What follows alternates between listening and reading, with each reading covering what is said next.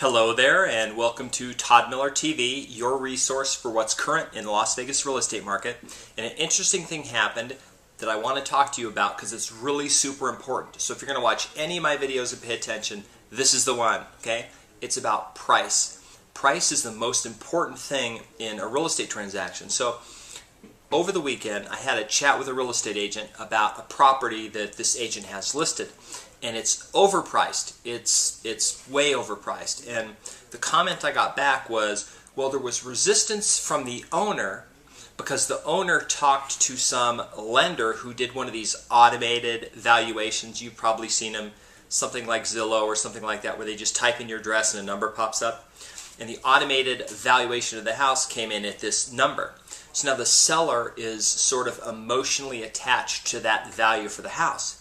And of course, if you go on some of these online ones and and do that, go on Zillow and look at your house, and you'll go, oh wow, my house is still worth that according to Zillow, even though the house next door, which is just like mine, sold for $100,000 less, right? Somehow yours is worth $100,000 more because I don't know, you've got nicer paint or something like that. So so this seller is stuck on this value for the house. Well, here's the hard, dirty truth, okay?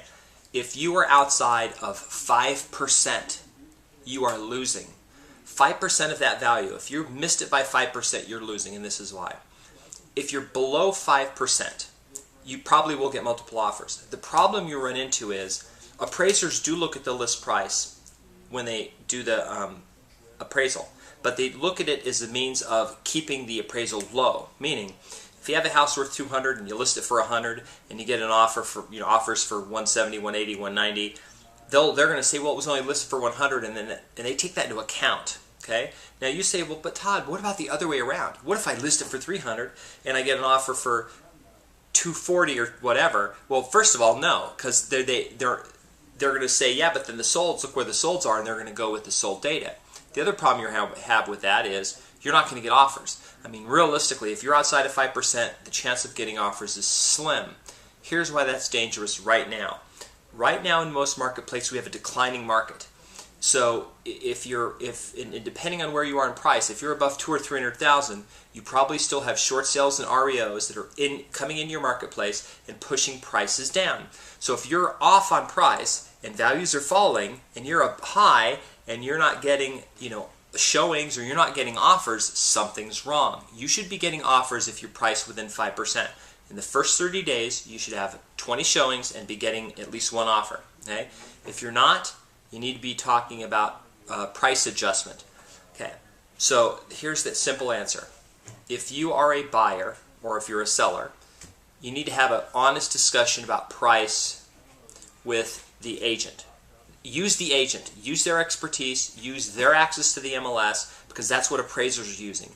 Don't look at Zillow, don't talk to your friends, don't do any of that crazy stuff. I don't care what the appraisal said a year ago, I don't care what your next door neighbor just got a refi for.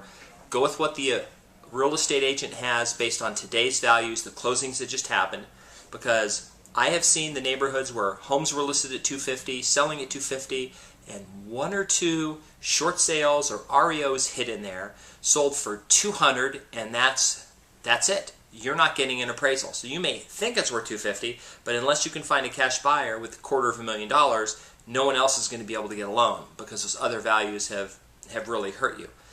Okay? If you're a real estate agent, it's your job to educate your seller. So the conversation you need to have when they say, well, Zillow or my automated valuation thing said my house was worth this, is to sit down and have an honest talk with them about this and have some measure in place. Look, if we don't get this many showings in the first week, we're going to have a price adjustment. If we don't have an offer in the first 2 weeks, we're going to have a price adjustment. And get yourself in that 5%. You need to be within 5%. Okay? So if you have questions about home prices or anything like that, you can respond. You can also subscribe to my blog. There's a little link, mailbox. You can click on that. Put in your email address. It'll send you an update every time. There's an RSS link as well. Thanks for tuning in, and that is my update for today.